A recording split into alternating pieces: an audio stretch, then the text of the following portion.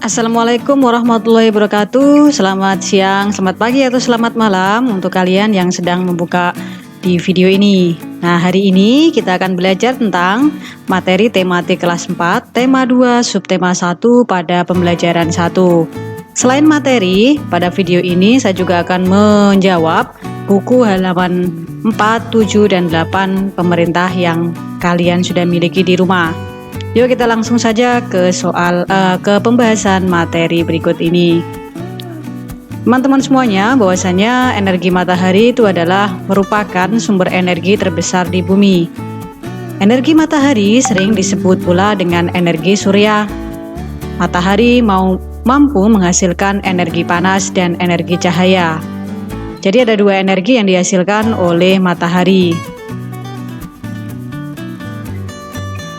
Nah, kedua energi tersebut, yaitu energi panas dan energi cahaya, sangat bermanfaat bagi kehidupan kita sehari-hari. Bahkan bukan hanya manusia saja yang dapat memanfaatkan energi matahari, tetapi makhluk hidup lain seperti tumbuhan dan hewan pun ikut memanfaatkan energi matahari.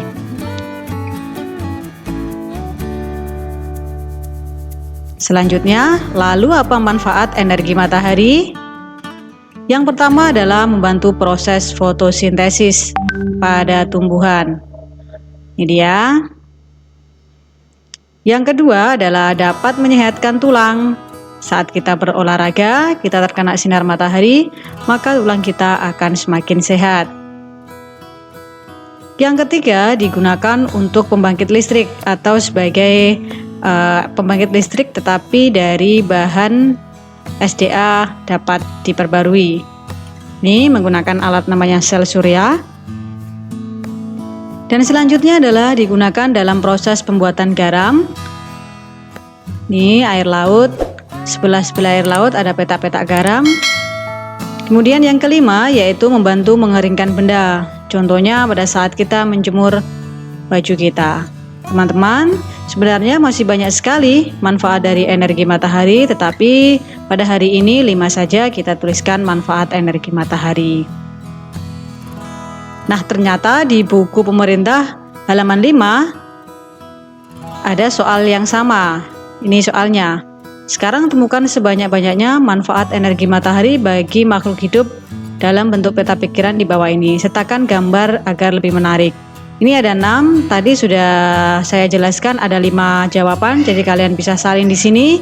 Nanti tinggal tambah 1 manfaat energi matahari lainnya. Matahari itu termasuk sumber daya alam. Nah, apa sih sumber daya alam itu?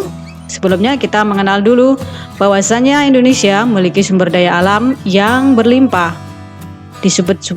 Disebut sumber daya alam karena berasal dari alam. Penduduk Indonesia dapat menikmati sumber daya alam tersebut untuk memenuhi kebutuhannya. Nah, teman-teman, ternyata sumber daya alam itu dibedakan menjadi 2 macam. Yang pertama adalah sumber daya alam yang dapat diperbarui. Artinya, sumber daya alam ini selalu ada, bahkan kita bisa selalu usahakan untuk tetap ada. Contohnya adalah tumbuhan, hewan, sinar matahari, angin, dan air yang tidak akan pernah habis.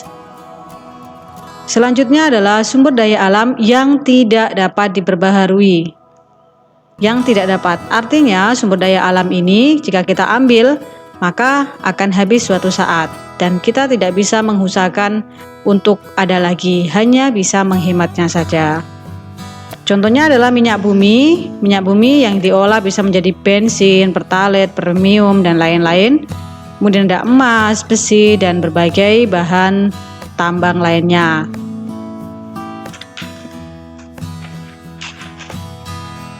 Pada halaman 7 dan 8, kalian diminta berdasarkan teks berikanlah masing-masing 3 contoh sumber daya alam yang dapat diperbarui dan yang tidak dapat diperbarui.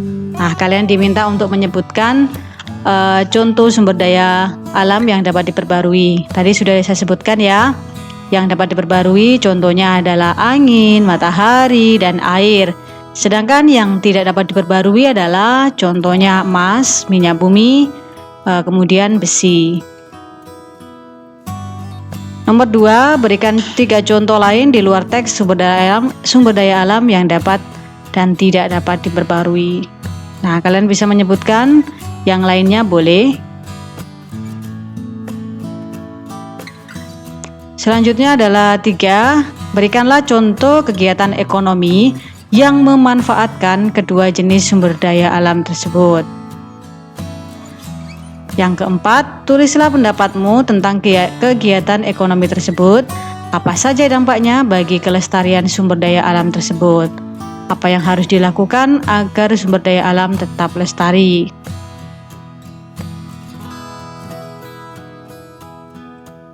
Nah, terima kasih kalian sudah menonton video ini dan sudah subscribe serta like. Semoga kalian tetap semangat belajar. Saya akhiri, wassalamualaikum warahmatullahi wabarakatuh.